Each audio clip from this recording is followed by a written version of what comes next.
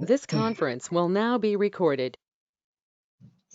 अद्य बुधवासरः अथवा सौम्यवासरः भाद्रपद कृष्ण सप्तमी दिनांक 9 सप्टेंबर 2020 चरक सूत्र अध्याय 26 शंखं चक्रं जलतां दशतमृतघटं चारुदौर्भिश्चतुर्भिः सूक्ष्मस्वच्छातिरुद्यां शुकपरिविलसन् मौलिमं भोजनेत्रं कालाम्भोदोज्ज्वलाङ्गं कटितटविलसच्चारुपीताम्बराढ्यं वन्दे धन्वन्तरिं तं निखिलगदवनप्रौढदावाग्निलीनं प्रौढदावाग्निलीलम् ब्रह्मणो हि समारब्धाम् आत्रेयाद्येषु पूजिताम् अस्मदाचार्यपर्यन्तां वन्दे गुरुपरम्पराम् आयुर्वेदरतं वन्दे माधवाख्यं महागुरुम् आयुर्वेदामृतं सर्वं शिष्येभ्यो यः प्रदत्तवान् द्रष्टाज्ञानी दुष्टकर्मा कृतकर्मा तथैव च अध्यापको विश्वश्रेष्ठो महान् संशोधकस्तथा गुणैरेतैः समुदितैः यत्कार्यं प्रतनोति सः समृद्ध्यर्थं हि कार्यस्य वयं प्रयतामहे सत्तेन नमो यस्याः प्रसादात् पुण्यकर्मभिः बुद्धिदर्पणसङ्क्रान्तं जगदध्यक्षं वीक्षते आत्रेयं प्रथमं वन्दे आयुर्वेदजगद्गुरुम् आयुर्वेदामृतं सर्वं गृहीत्वा हि सुरेश्वरात् अग्निवेशादिकेभ्यो यत् प्रयच्छति सत्तमः प्रथमं तन्त्रकर्तारम् अग्निवेशं नमाम्यहम्।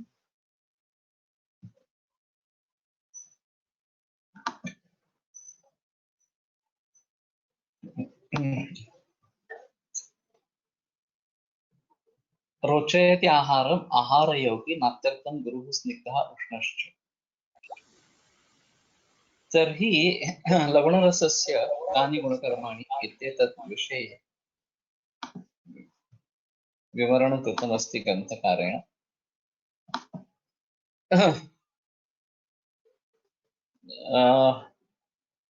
नात्यर्थं गुरुः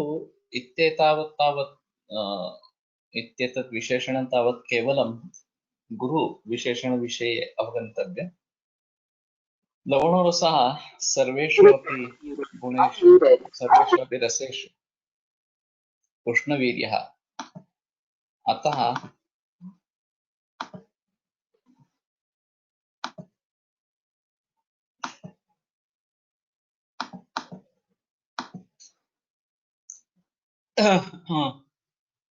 नात्यर्थम् उष्णेन सह न योजनीयम् इति मे मतिः। स एवं गुणोऽपि एक एव अत्यर्थम् उपयुज्यमानः पित्तं कोपयति, रक्तं वर्धयति, दर्शयति, मूर्छयति, तापयति, दारयति, उष्णाति मांसानि। एवं सत्यपि यदि एक एव अयं लवणोरसः यदि अत्यर्थम् उपयुक्तः तर्हि सः पित्तं कोपयति, रक्तं वर्धयति।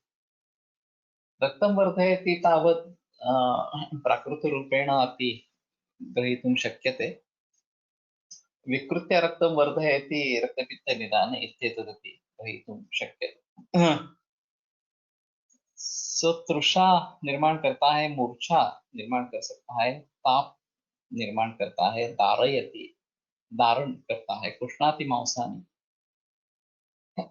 मांस का कोथ इस प्रकार का निर्माण करता है, प्रगालयति कुष्ठानि कुष्ठों में स्राव उत्पन्न करता है, विषम वर्धयति विष को भी वर्धन करने वाला इस प्रकार का रहता है, शोफान स्फोटयति तो शोफ है जो उसमें भेद निर्माण करने वाला, स्फोट करने वाला। दंतांश चावयति, हाँ तो ये भी अजीब है कि दांतों को गिराने वाला इस प्रकार का है। पुंस्त्वं वहन्ति, पुंस्त्व नाशक, इंद्रियाणि उपरुणन्ति इंद्रियों में अवरोध इस प्रकार का करता है। वली पलित खालित्यम आपादयति और वार्धक्य जल्दी आ जाता है तो वली पलित और खालित्य ये तीनों उत्पन्न होते हैं। तो ये तो मरीज काफी मिलते हैं कि कालित्य के लिए या पालित्य के लिए आ जाते हैं, लेकिन हेतु सेवन में लवण अति सेवन इस प्रकार का दिखाई देता है। अपि च लोहित पित्त अम्ल पित्त विसर्प वात रक्त विचर्चिका इंद्रवृत्त प्रभृति विकारानुपजति। तो रक्त पित्त, अम्ल पित्त, विसर्प, वात रक्त, रक्त से जुड़े सभी इस प्रकार से है। और विचर्चिका और इंद्रवृत्त के भी काफी मरीज दिखाई देते हैं। तो इसमें ये एक अहम कारण इस प्रकार का रहेगा। प्रवृत्ति विकारानुपजने, जैसे कि मैंने कहा था कि सृष्टि में सभी रसों के किस प्रकार के चक्र है ये देखे, और शरीर में प्रविष्ट होने के बाद उनका साइकिल क्या होता है ये भी देखने की अगर कोशिश करें, तो ये पूरा विचार ही आधुनिक वैद्य को या आधुनिक शास्त्रों को मालूम नहीं है। रस के बारे में विचार ही नहीं है वास्तव में। तो ये आयुर्वेद की खासियत है, और हमारे हिसाब में ये डायरेक्ट दोषों से जुड़ा हुआ इस प्रकार का है, और इसलिए आयुर्वेद की दृष्टि से ये बढ़िया इस प्रकार का है। तो उस सभी के बारे में सोचना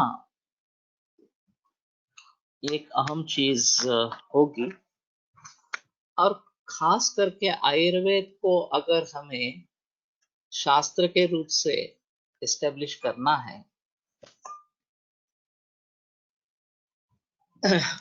तो जिस तरीके से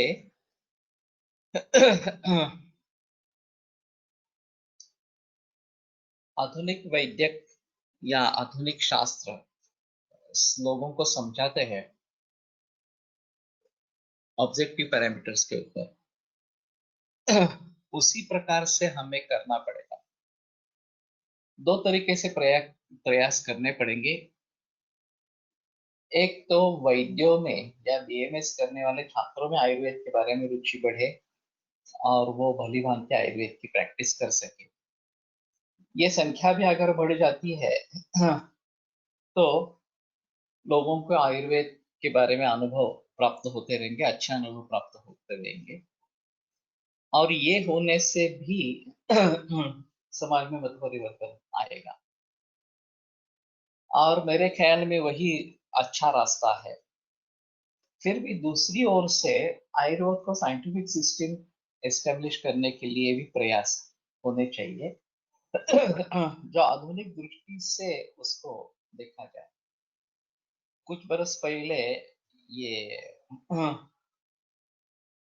FRLHT जो बेंगलोर में संस्था है, foundation for revitalisation of local health traditions, या IAIM, institute of Ayurveda integrative medicine, उनके जरिए एक वैद्य साइंटिस्ट ये प्रोग्राम बनाया गया था। और उसका मतलब ये था कि जो वैद्य है उनको आधुनिक शास्त्र के बारे में शिक्षा मिले, और फिर वो एक इंटरफेस बने मॉडर्न साइंसेस के लिए आयुर्वेद का।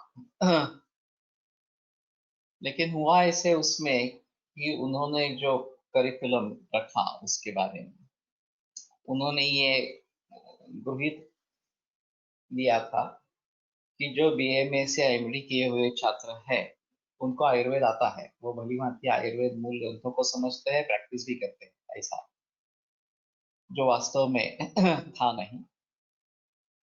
दूसरी बात उसमें ऐसी हुई कि इन्होंने जो सिलेबस बनाया या करिकुलम जो बनाया वो 3 महीने में एक 15 दिन वहां पे जाकर रहना है और इन हाउस ट्रेनिंग लेना है, इस प्रकार का था। तो ऐसे हर 3 महीने 15-15 दिन जाकर रहना ये किसी प्रैक्टिशनर के लिए पॉसिबल ही नहीं, और ये करीबन 1.5 वर्ष या 2 वर्ष का कोर्स था। तो उसमें लोग जो जो लोग आ गए वो प्रायः जो सर्विस करने वाले हैं और जिनको अनुमति मिल गई उनके सर्विस प्रोवाइडर्स के द्वारा कि हाँ हर 3 महीने में एक बार जाओ 15 दिन के लिए, वही लोग उसमें आ गए। तो ज्यादातर लोग जो आए वो फार्मेसी से आए और कुछ नए छात्र इस प्रकार जिन्होंने अभी प्रैक्टिस शुरू की नहीं है वो लोग आ गए, इस प्रकार से हो गया। हाँ। और इनकी रुचि सिर्फ आधुनिक विज्ञानों में थी, आयुर्वेद में कोई रुचि नहीं थी। हाँ। और हमारे पास क्वालिफिकेशन है, हमें आयुर्वेद आता है, ऐसी उनकी संभावना इस प्रकार की। तो मुझे भी एक दो लेक्चर लेने का अवसर मिला इसमें। तो मुझे पता चला कि इनको आयुर्वेद के बारे में कुछ भी मालूम नहीं है। केवल इस प्रकार के एडमिशन मिल गई, संस्था ने स्पॉन्सर कर दिया, इसलिए वो आ गए हैं। तो ऐसे लोगों को आयुर्वेद का इंटरफेस बनाना कोई मतलब नहीं है। जो सच्चे आयुर्वेदीय है, जो अच्छी भली भांति आयुर्वेद समझते हैं, आयुर्वेद की प्रैक्टिस करते हैं, उनको अगर मॉडर्न साइंस के लिए इंटरफेस बनाया जाए तो शायद कुछ बात हो सकती है। बाद में उसके लिए अनुदान मिला था, वो अनुदान बंद हो गया, तो एक कोर्स वाइंड अप किया गया। आगे चला ही नहीं, वो आधा ही रह गया इस प्रकार। तो ये कल्पना अच्छी थी, लेकिन जिस तरीके से ये की गई वो तरीका ठीक नहीं रहा इस प्रकार से। अगर हमारे यहाँ गुरुकुल से उत्पन्न हुए छात्र जो मूल ग्रंथों को पढ़ रहे हैं, जो किसी वैद्य के पास जा रहे हैं और शुरू में प्रैक्टिस की शुरुआत में इस प्रकार के कोर्स में ज्वाइन हो जाते हैं, तो शायद कुछ बात बनती। हाँ, और उनका आयुर्वेद का अध्ययन भी गहरा होना चाहिए। और आधुनिक विज्ञान जो भी है, नैनो टेक्नोलॉजी हो, उनमें काफी उन्होंने विषय ले लिए थे, फिजिक्स के बारे में कुछ विषय ले लिए थे। लेकिन वो पढ़ के हमें हमारा साइंस उनको पढ़ाना है, दिखाना है समाज को, खास करके जो वैज्ञानिक समाज है उसको देना है, शास्त्रज्ञों को देना है। ये कहीं हो नहीं पाया एक्चुअली। हाँ। तो मेरा सुझाव है कि जो हमारे शास्त्र में, जैसे कि मैंने ये गुणों के बारे में बात की, कि अगर गुणों के बारे में ऑब्जेक्टिव पैरामीटर्स डेवलप हो सकते हैं तो हम बता सकते हैं कि इन गुणों के आधार पर हम द्रव्यों के कर्म के बारे में बता सकेंगे इस प्रकार से। और वास्तव में इस प्रकार से करके दिखाना है कि सोयाबीन का ऐसा है या साबुदाने का ऐसा है, मूंगफली का ऐसा है, वगैरह वगैरह इस प्रकार से। और इसलिए ये इन दोषों पर काम करता है, इन व्याधियों में काम करता है, वगैरह।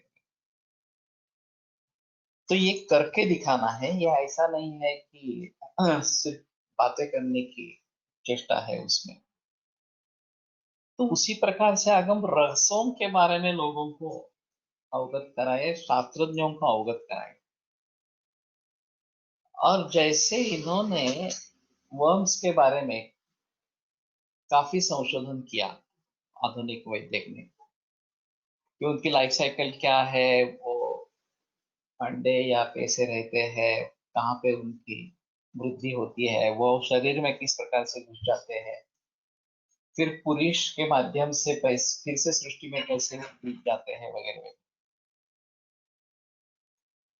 तो इसके सभी के बारे में जैसे उन्होंने भली भांति लोगों के सामने ज्ञान रखा, उसी प्रकार से रस कैसे निर्माण होते हैं, कौन कौन से पदार्थ उस रस से जुड़े हुए इस प्रकार के हैं, शरीर में उतर जाने के बाद उनका क्या क्या होता है, वो दोषों को या धातु मल के बारे में किस प्रकार से काम करते हैं,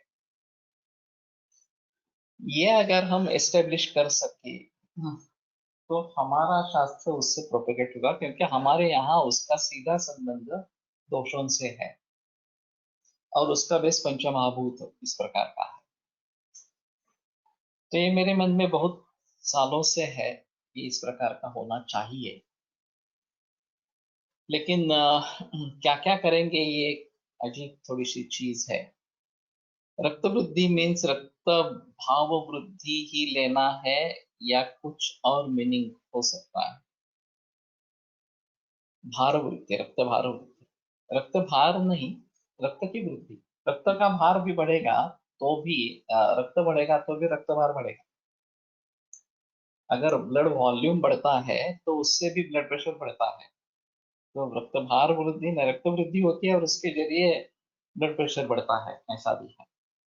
सोयाबीन गुड नहीं है, उसके बारे में काफी कंट्रोवर्सी है। उसमें जो ओमेगा एसिड्स का प्रमाण है वो बहुत व्यस्त है और इसके लिए कंट्रोवर्शियल द्रव्य है, लेकिन उसका एग्रेसिव मार्केटिंग किया गया है और उसको बढ़ावा देने के लिए बाकी चीजें फालतू है या दोषयुक्त है इस प्रकार का प्रचार किया गया जो वास्तव में सत्य नहीं है।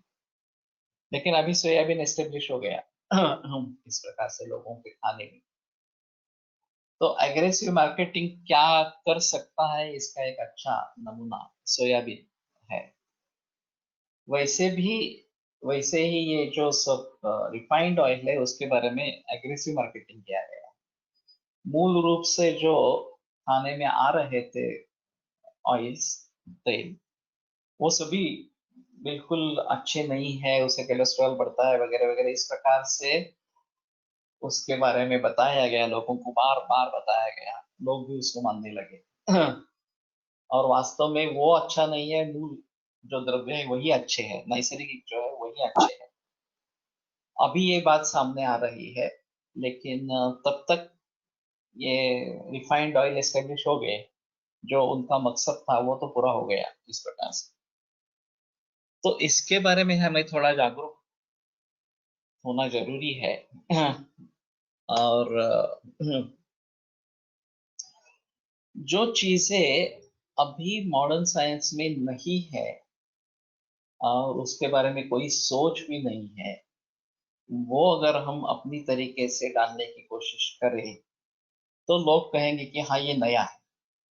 नहीं तो ज्यादातर प्रयास ऐसा होता है जो आधुनिक विज्ञान में है वो हमारे शास्त्र में भी था, पुराने शास्त्रों में भी था। जैसे हमारे यहाँ विमान था वगैरह वगैरह, एक विमान का उदाहरण तो काफी इसके बारे में बदनाम हो चुका है। पुष्पक विमान का रेफरेंस है, वो श्री राम प्रभु वहां से आए, लंका से अयोध्या में आए पुष्पक विमान से वगैरह वगैरह, ये सब बातें हैं। लेकिन फिर भी बीच में उसके बारे में कुछ भी नहीं है। भारद्वाज कृत एक विमान शास्त्र है, अगर आपको वही भांति वो सिद्ध करना है तो ये किताब अवेलेबल है, भारद्वाज कृत विमान शास्त्र, ये किताब अवेलेबल है, लेकिन किसी ने प्रयास किए ही नहीं उसके बारे में। तो जब तक हम ये दिखाएंगे नहीं कि हाँ इस प्रकार से करके विमान उड़ सकता है वगैरह वगैरह, तो लोग मानेंगे, नहीं तो लोग कैसे मानेंगे, नहीं तो हंसी उड़ाते हैं। तो इसीलिए मैं कहता हूँ कि जो चीजें अभी आधुनिक वैज्ञानिक में नहीं है उनको उनके बारे में कुछ भी पता नहीं है, जैसे कि ये रस, ये गुण वगैरह वगैरह के बारे में, उनके बारे में हम जिक्र करें ये सबसे बेहतर है।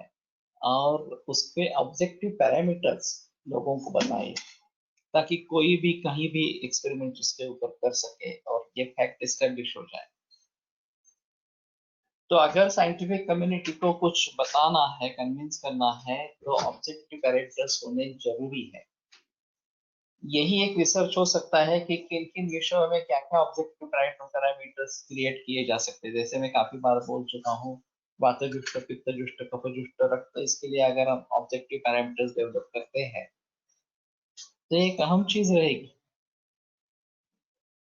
लेकिन हम उसमें जाना नहीं चाहते, उसमें कष्ट है, ये सीधी सादी बात नहीं है।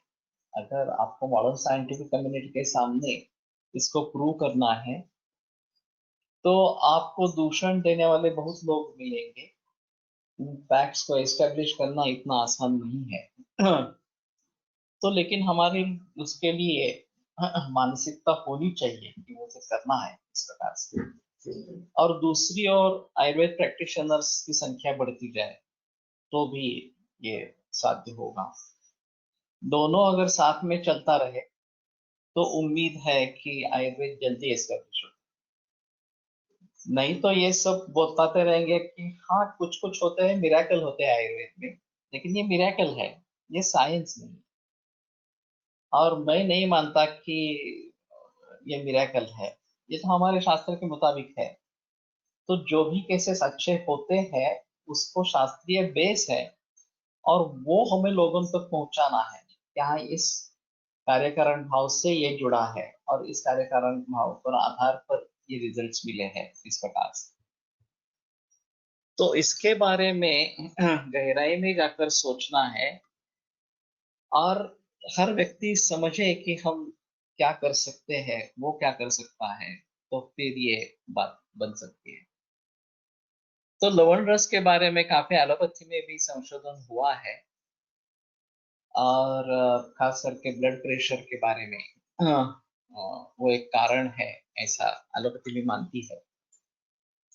लवण रसाची नैसर्गिक उत्पत्ती शरद ऋतूत होते असे पांचभौतिक मतानुसार सांगितले आहे. अगोदरच्या वर्षा ऋतूमधील आम्ल रसोत्पत्तीनंतर लवण रसाची उत्पत्ती होऊन पित्त वाढण्यास कारणीभूत होते. ठीक है. लेकिन इसमें ऐसा रहेगा ना कि सृष्टि का एक चक्र चला रहता है और वो अपने आप को बैलेंस करता रहता है. प्रकोप पश्चिम आयुर ग्रीष्मादिशु त्रिषु वर्षादिशु पित्तस्य ग्रीष्म शिशिरादिशु. तो चय प्रकोप और प्रशम ऋतु के अनुसार होते रहते हैं और सृष्टि का एक संतुलन बना रहता है.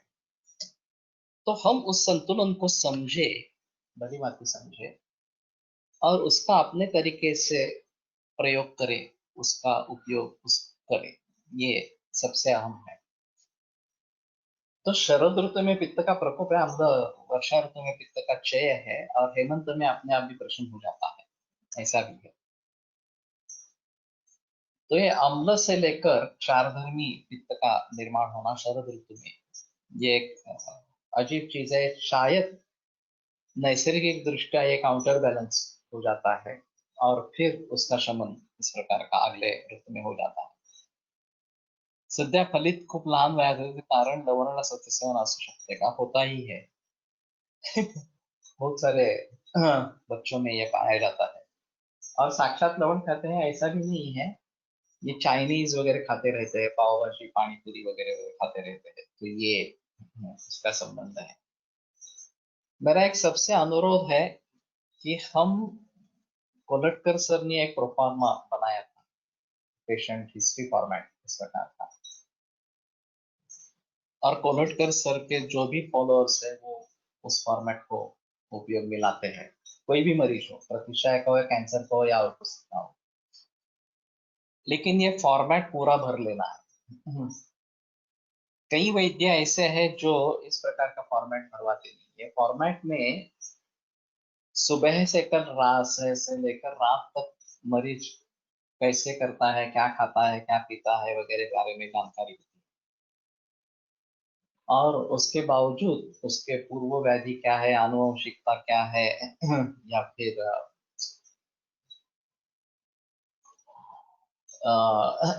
अवस्थाएं क्या है वगैरह वगैरह के बारे में, मानसिक अवस्था किस प्रकार की है वगैरह, तो सभी के बारे में जानकारी होती है.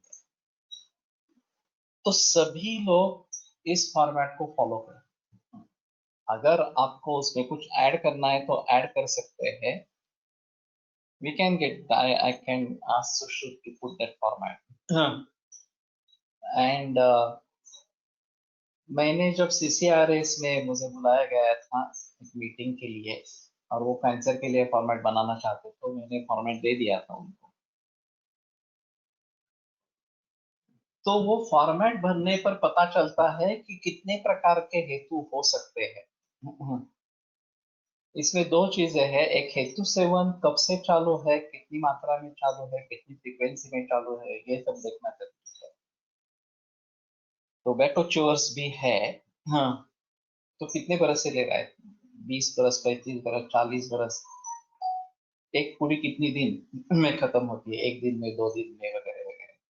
फ्रीक्वेंसी दिन भर में कितनी बार होती है, ये सब चीजें मायने रखते हैं क्योंकि दोष प्रमाण विशेषम अपचार विशेष है, ये सूत्र है. अपचार विशेष से दोष प्रमाण विशेष के बारे में ज्ञान होता है. हाँ. और उसकी बैकग्राउंड जो मरीज की रहती है, अग्नि कैसा है, शारीरिक बल कैसा है, मानसिक बल कैसा है वगैरह वगैरह, उन सभी का अच्छी तरीके से हम अध्ययन करेंगे तो इस बैकग्राउंड में इस प्रकार का हेतु सेवन होने पर क्या होता है. किस प्रकार से दोष बढ़ते हैं, दूष्य बिगड़ते हैं वगैरह वगैरह, इसके बारे में बता सकेंगे।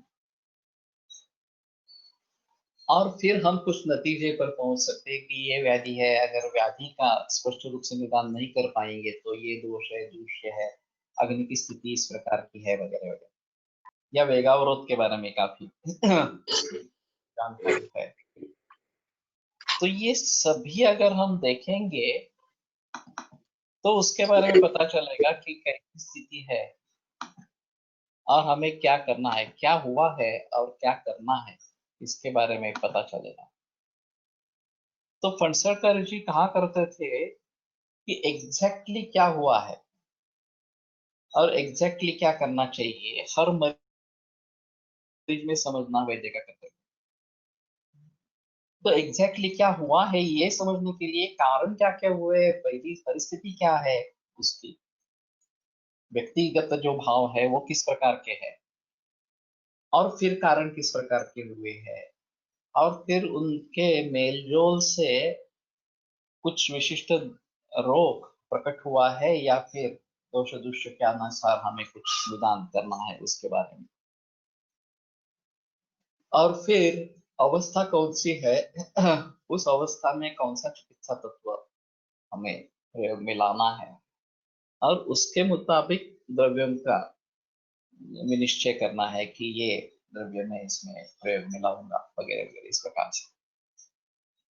तो एग्जैक्टली क्या हुआ है और एग्जैक्टली क्या करना है ये समझना ये वैद्य का वैद्यत्व है।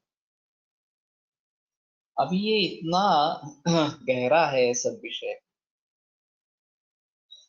कि सर्वांगीण दृष्टिकोण अगर नहीं हो तो ये समझ पाना काफी मुश्किल है।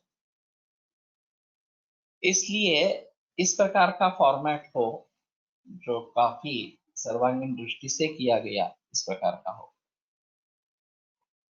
तो शायद हमें सभी चीजों के बारे में पता चलेगा। और फिर परहेज क्या बताना है, अपथ्य क्या है, वो टालने के लिए कैसे कहना है। बहुत सारे लोग घबरा जाते हैं अपथ्य पथ्यापथ्य के बारे में बताने के लिए। हाँ, वो सोचते हैं कि अगर मैं बता दूं कि ये खाना नहीं है तो लोग मानेंगे नहीं और हमको छोड़ के जाएंगे, हमारी ट्रीटमेंट नहीं लेंगे। शुरू में कुछ बार ऐसा हो सकता है लेकिन ये टिकता नहीं है ज्यादा। बाद में जो लोग आने लगते हैं वो ये सोच समझ कर आते हैं कि यहाँ जाने पर पथ्य पथ्य रहता है और वही सही तरीका है। संक्षेपत क्रिया है वो विधान परिवर्जनम, अगर हम कारणों को दूर नहीं करेंगे तो रोग ठीक होगा कैसे। तो उसके बारे में हमें लोगों को सजग करना बहुत जरूरी है कि नहीं, आयुर्वेदिक शास्त्र है उसमें कार्य कारण भाव है, कारणों को टालेंगे नहीं तो कार्य उत्पन्न होता ही रहेगा। और अगर आप चाहते हैं कि रोग रूपी कार्य निर्माण न हो तो आपको कारणों को ढूंढना, कारणों को टालना आवश्यक, अनिवार्य है इस प्रकार से। तो मैं तो स्ट्रिक्टली फॉलो करता हूँ और शुरू से ही फॉलो करता आया हूँ। मैंने ऐसा कभी सोचा नहीं कि ऐसा कहने पर मरीज निकल जाएगा यहाँ से, मेरे यहाँ से आएगा नहीं वापिस वगैरह वगैरह, ऐसा कभी भी सोचा नहीं। हुआ भी होगा कुछ मरीजों के बारे में लेकिन फिर भी मैं डटा रहा कि नहीं, मुझे यही करना है इस प्रकार से। तो अभी नौबत नहीं आती है इस प्रकार, आती है तो वो पेशेंट का दौर्भाग्य है इस प्रकार के, हमें समझ लेना है कि पेशेंट भली भांति समझ नहीं पा रहा है या हम काउंसलिंग में कुछ कम पड़ रहे हैं इस प्रकार से। लेकिन ये बात बहुत जरूरी है कि हम इस प्रकार का फॉर्मेट, सभी लोग इसी प्रकार का फॉर्मेट प्रयोग में लाए। इसका दूसरा भी एक फायदा है कि जैसे हम परहेज बता सकते हैं क्या लेना है क्या नहीं लेना है, उसके बावजूद हेतु प्रत्यय की चिकित्सा भी हमारे दिमाग में आ सकती है कि ये अम्ल रस का ज्यादा सेवन है तो नाग शक्ति का प्रयोग करेंगे वगैरह इस प्रकार से, या दही का सेवन हुआ है ज्यादा तो अमल की वगैरह के बारे में सोचेंगे। तो ये भी एक बात हो सकती है। और अभी एविडेंस बेस्ड मेडिसिन का बोलबाला है। आधुनिक विज्ञान जो लोगों तक पहुंचा गया, उसमें एविडेंस बेस्ड मेडिसिन ये एक अहम तरीका था। ये सिद्ध हुआ है, इतने लोगों पर प्रयोग किया गया है और कई नतीजा निकला है, तो लोग मानते हैं हाँ हाँ ये प्रयोग से सिद्ध शास्त्र इस प्रकार से। हमारे लिए प्रयोग करने की आवश्यकता नहीं है, इस प्रकार के एक्सपेरिमेंट्स करने की आवश्यकता नहीं है, हमारा तो स्वतः सिद्ध है इस प्रकार का, सिर्फ लोगों के सामने रखने की जरूरत है। तो अगर एक व्यक्ति के यहाँ कैंसर के 2 ही मरीज है तो लोगों को क्या बताएगा, लेकिन अगर 10 वैद्य इकट्ठा हो जाए और उनके पास कैंसर के 20-25 मरीज हो, तो ये कुछ साइजेबल अमाउंट हो जाती है। तो मेरा आगे का सुझाव है कि एक ही फॉर्मेट को इस्तेमाल करेंगे, एक ही सॉफ्टवेयर का इस्तेमाल करेंगे तो डाटा पुल हो सकता है। और इसमें और भी चीजें हो सकती है कि जो यशस्वी केसेस है उनमें से किसी भी रोग के हो, वो पब्लिक के लिए ओपन करेंगे। अभी लोग क्या करते हैं कि उसकी कोई बीमारी है तो उसके लिए सर्च नेट में सर्च करते हैं कि इसको ट्रीट करने वाले कौन कौन से लोग हैं इस प्रकार से। अभी मेरे पास ये लंग फाइब्रोसिस के केसेस है, या फिर ये हनी बी कोम,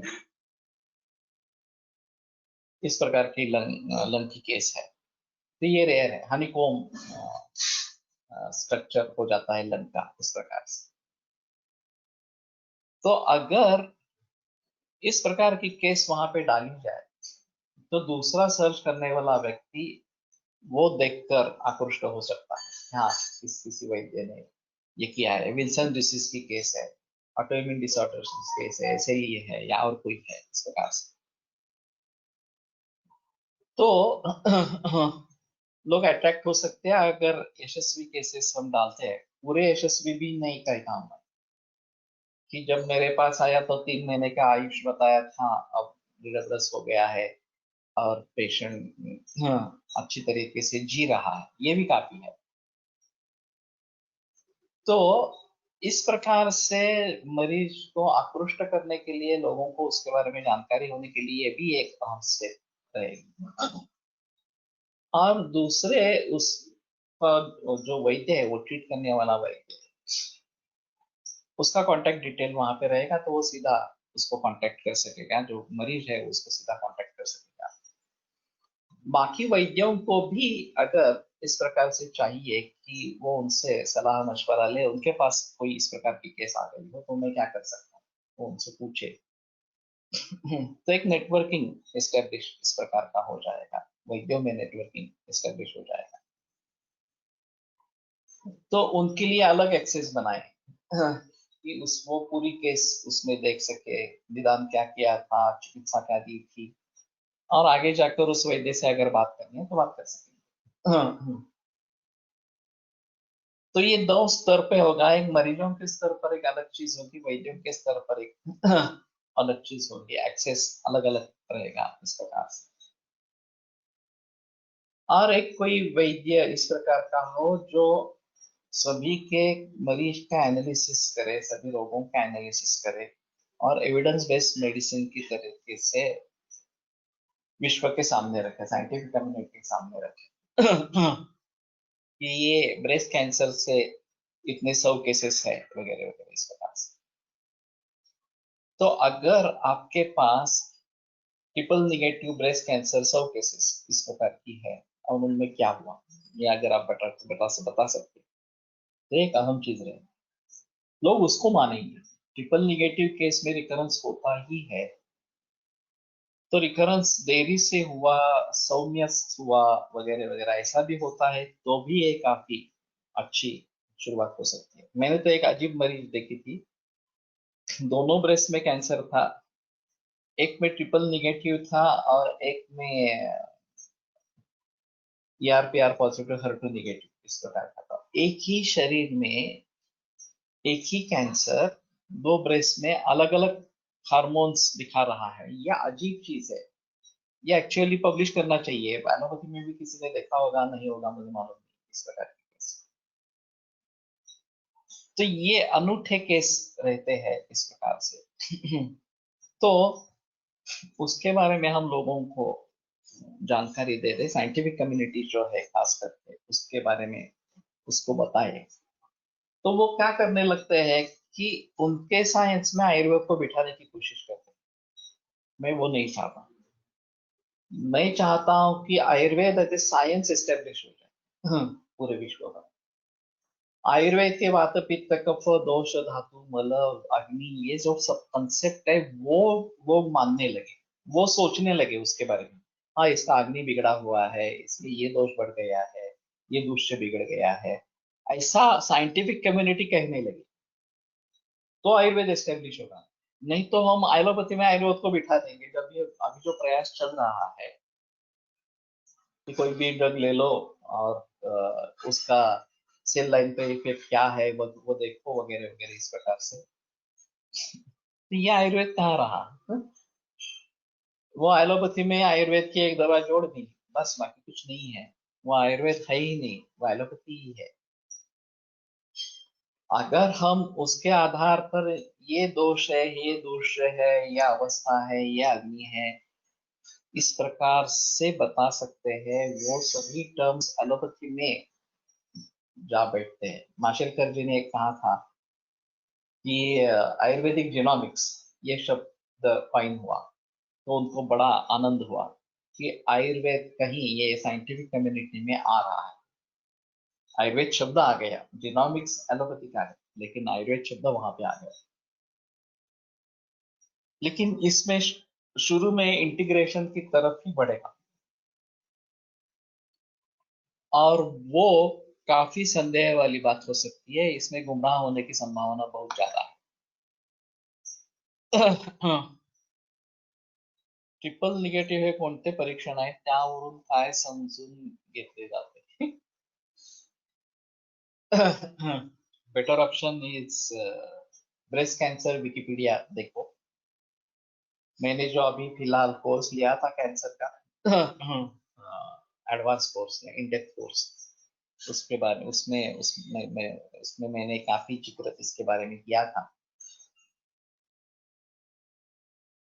तो ER PR और HER2 ये 3 हार्मोन्स हैं, रिसेप्टर्स उनके जो है उनके बारे में परीक्षण किया जाता है। और ER PR positive oestrogen receptor and progesterone receptor, ये अगर पॉजिटिव है और HER2 निगेटिव है तो प्रोग्नोसिस अच्छा रहता है। ये हार्मोन्स के जरिए निर्माण हुआ ब्रेस्ट कैंसर है ऐसा मानते हैं।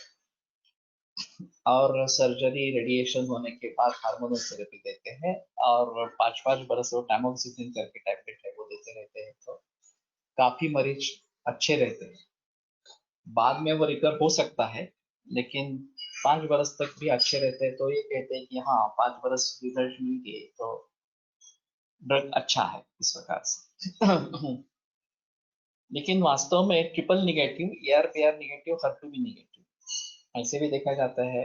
ER PR negative HER2 positive ऐसा भी देखा जाता है। तो परम्यूटेशन कॉम्बिनेशंस दिखाई देते हैं, और ये ब्रेस्ट कैंसर में FNAC या बायोप्सी होने के बाद हिस्टोपैथोलॉजी में ये रिपोर्ट्स आती है। दूसरा कोई तरीका नहीं, ब्लड से केवल नहीं आता। तो अगर ER PR निगेटिव और ER PR पॉजिटिव और HER2 निगेटिव ऐसी स्थिति नहीं है, तो बेटर ऑप्शन है कि CA 15.3 तो ब्रेस्ट कैंसर के लिए करवाना है, लेकिन CA 125 भी करवाना है जो ओवरी का कैंसर है। ये वास्तव में ओवेरियन हार्मोन्स है, एस्ट्रोजन प्रोजेस्टेरॉन, उसका रिफ्लेक्शन ब्रेस्ट में आ रहा है। तो इन सभी के बारे में एलोपैथी किस प्रकार से सोचती है और उसका आयुर्वेद के किस प्रकार का नाता जोड़ने का ये एक अजीब काम है। और उसके आधार पर आयुर्वेदीय चिकित्सा किस प्रकार से बन सकती है, इसके बारे में मैं बहुत वर्षों से काम कर रहा हूँ। ब्रेस्ट कैंसर के तो बहुत पेशेंट रहते हैं। तो इन सभी के बारे में सोचना जरूरी होता है और आयुर्वेद की दृष्टि से सोचना जरूरी इस प्रकार का होता है। तो अभी आप में से बहुत सारे लोगों ने ये दोनों कोर्स किए होंगे, मुझे पता नहीं है। पहला जो फाउंडेशन कोर्स है कैंसर का और आगे का जो इंडेक्स कोर्स है, वो दोनों गाडगिल आयुर्वेद.com इस वेबसाइट पर उपलब्ध है।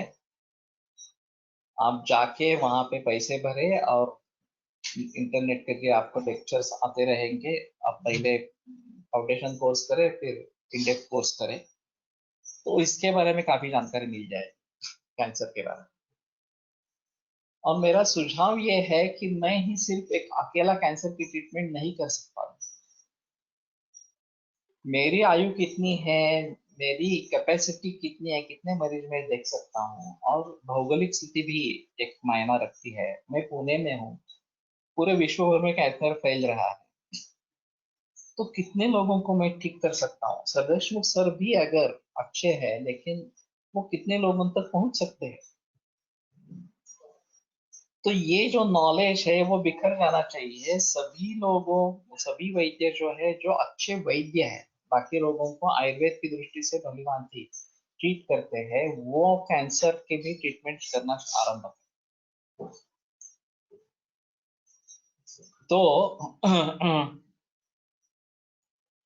इसीलिए मैंने ये कोर्स डिजाइन किया और लॉकडाउन में इंडेक्स कोर्स पूरा कर लिया हर रोज लेके इस प्रकार से। तो उसका एक फायदा मुझे मिल गया कि लॉकडाउन के जरिए ये कोर्स मैं कर सका। अभी ये रिकॉर्डेड वर्जन उसकी उपलब्ध है, तो सभी से अनुरोध है कि सभी करें।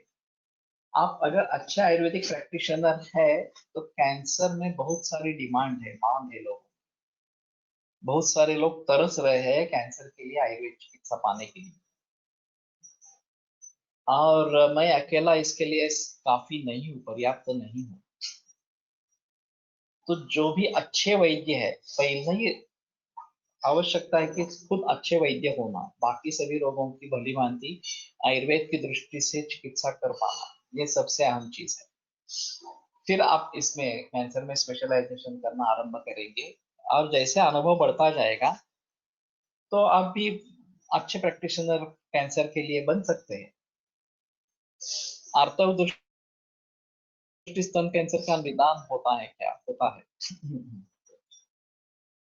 क्योंकि इस एस्ट्रोजन, प्रोजेस्टेरॉन ये उसके हार्मोन्स हैं, ओवेरियन हार्मोन्स है।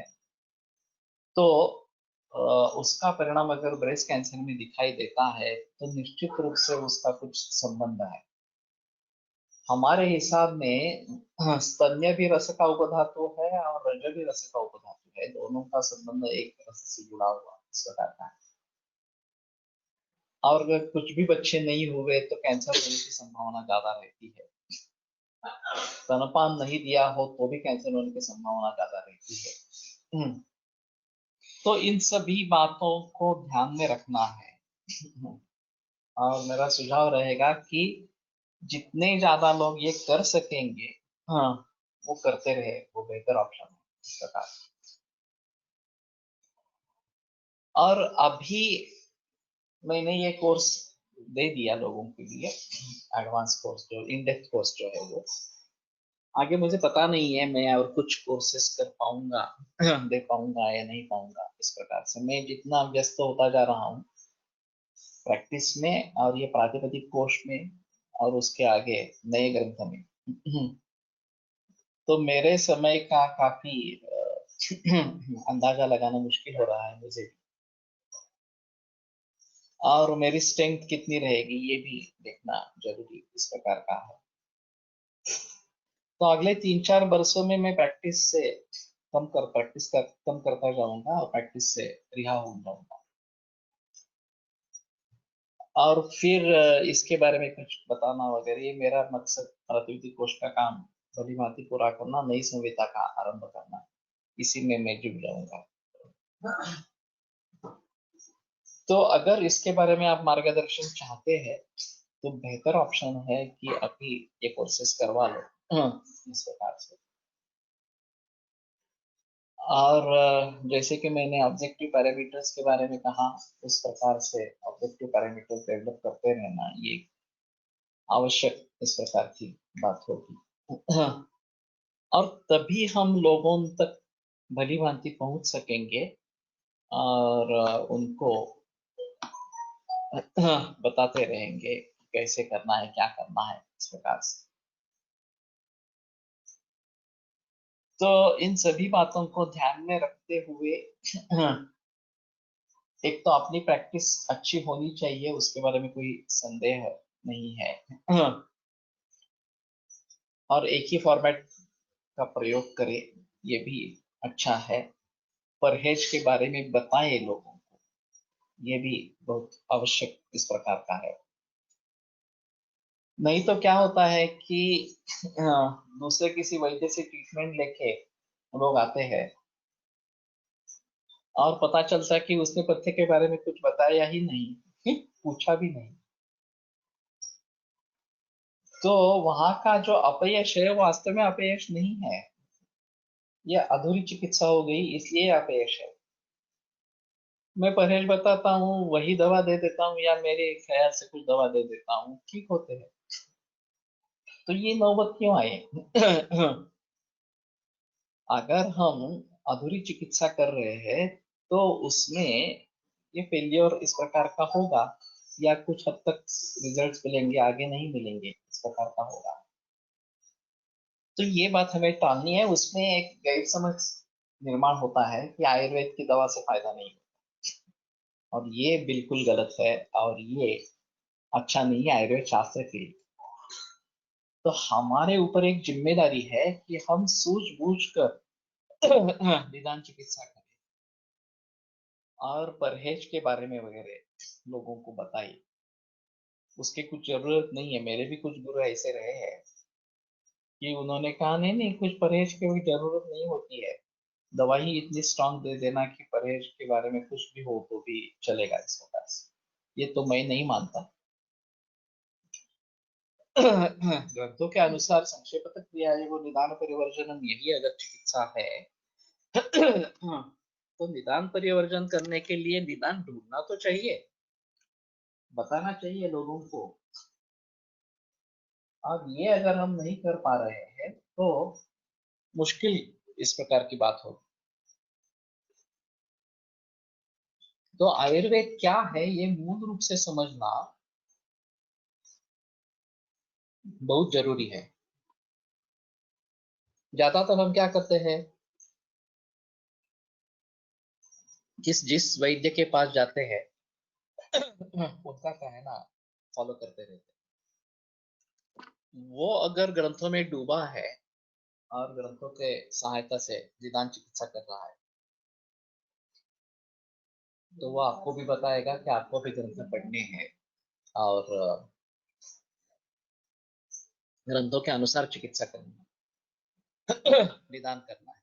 लेकिन उसने भी अगर ग्रंथ नहीं पढ़े हो, वो किसी ऐसे वैद्य से सिर्फ पढ़ा हो कि जो हाँ इस प्रकार के मरीज आते हैं तो इस प्रकार की दवा इनका इस्तेमाल होता है और उससे रिजल्ट मिलते हैं, बस वही कहते कहते करते रहना है, तो ये वास्तव में सही नहीं है।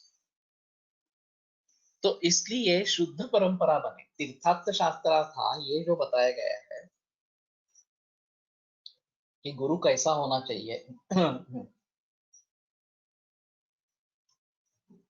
तो बिल्कुल आदरणीय इस प्रकार का शास्त्र से व्यवहार करने वाला इस प्रकार का गुरु होना जरूरी है। और फिर ऐसे गुरु से हम ज्ञान पाते हैं और वो प्रयोग में लाते हैं, तो ये जरूर हमें सिद्धि देगा।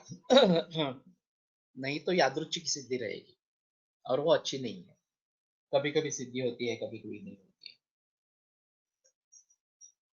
हमें बिल्कुल ऐसा समझ लेना चाहिए कि ये असाध्य है, ठीक नहीं होगा, ये साध्य है, ये ठीक होगा, इस प्रकार से ठीक होगा। ये ज्ञान पहले ही होना जरूरी है चिकित्सा आरंभ करने से। हम ज्यादातर ऐसे करते हैं कि हाँ शुरू करते हैं, रिजल्ट आ रहे हैं, हाँ ठीक हो गए, नहीं आ रहे हैं, नहीं होंगे। ऐसा नहीं है।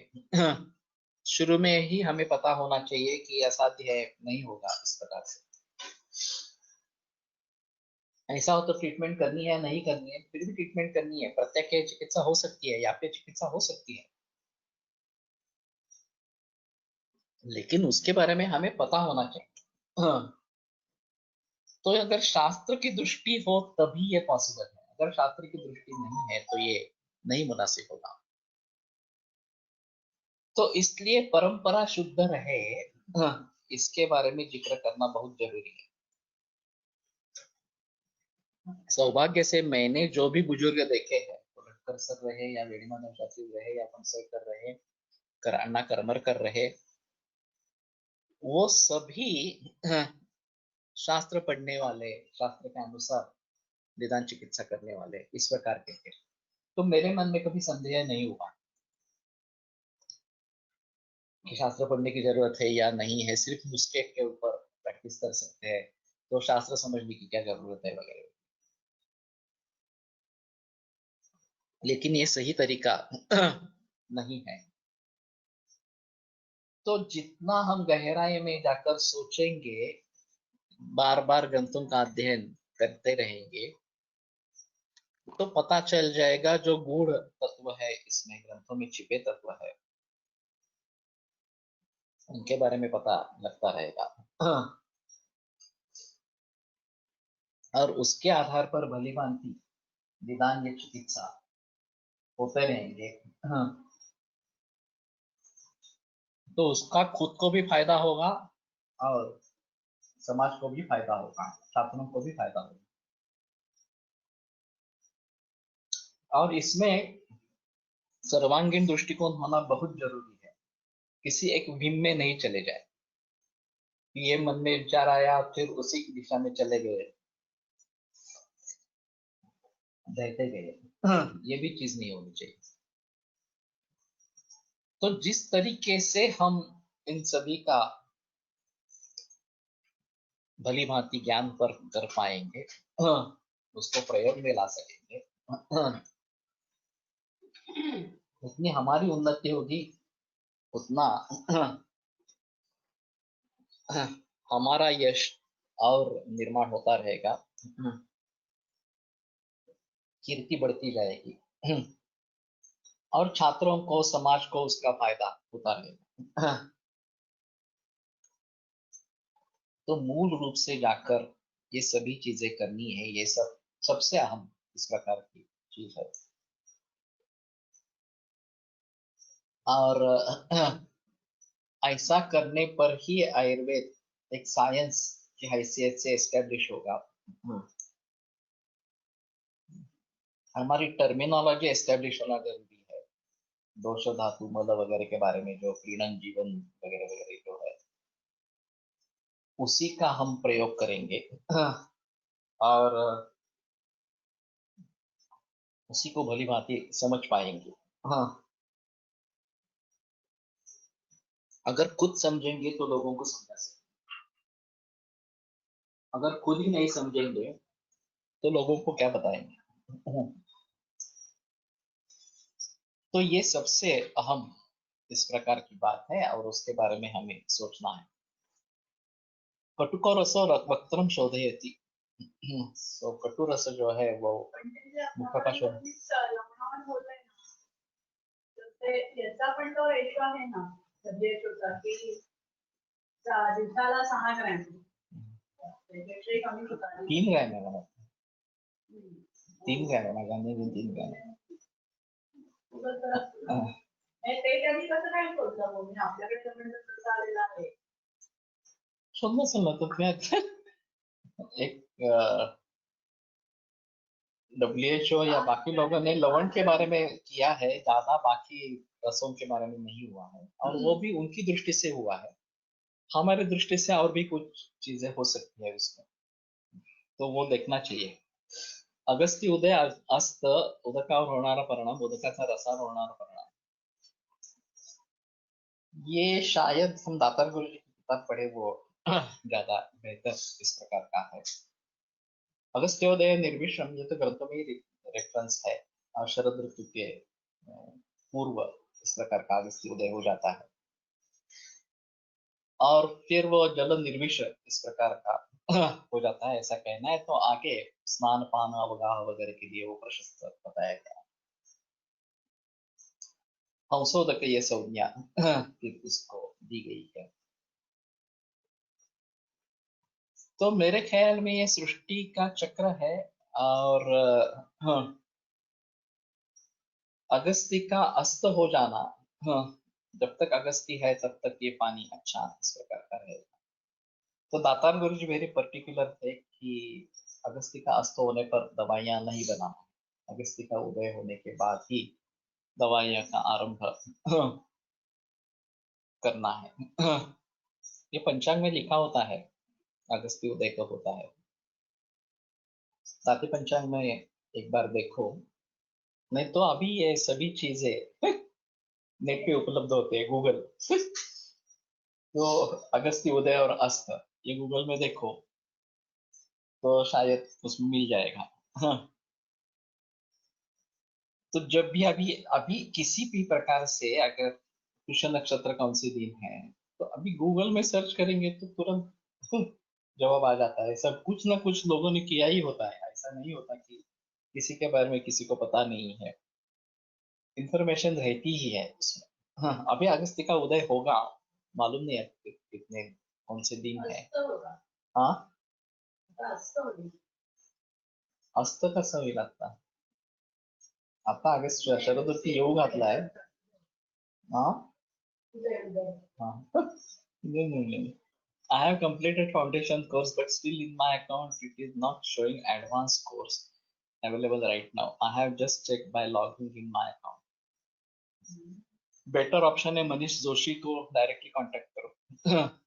और ये कुछ टेक्निकल प्रॉब्लम होगा तो वो बता देंगे कैसे करना है, क्या करना है।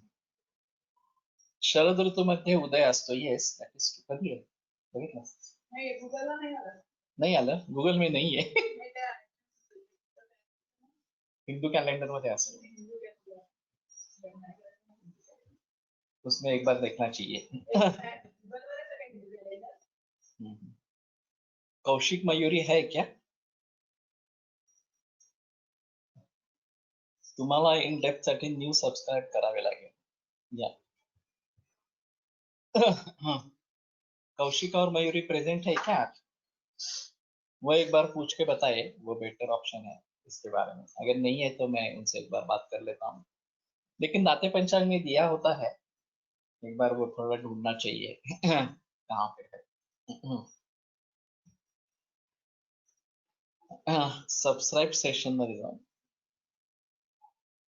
तो ठीक है, इस प्रकार से करके देखो, नहीं तो मनीष को कॉल करो, बेटर ऑप्शन इस प्रकार का है। और मेरा सभी से अनुरोध है, जिन्होंने फाउंडेशन भी किया नहीं वो फाउंडेशन भी करे। और अगस्त्योदय नंतर कोविडचा प्रभाव कमी होत जाईल प्रायः। पता नहीं है उसका और उसका कोई रिलेशन है या नहीं है इस प्रकार से, लेकिन वातावरण की शुद्धि तो होगी और उसका कोरोना पर इफेक्ट भी पड़ेगा ऐसा लगता है। अगस्त्योदय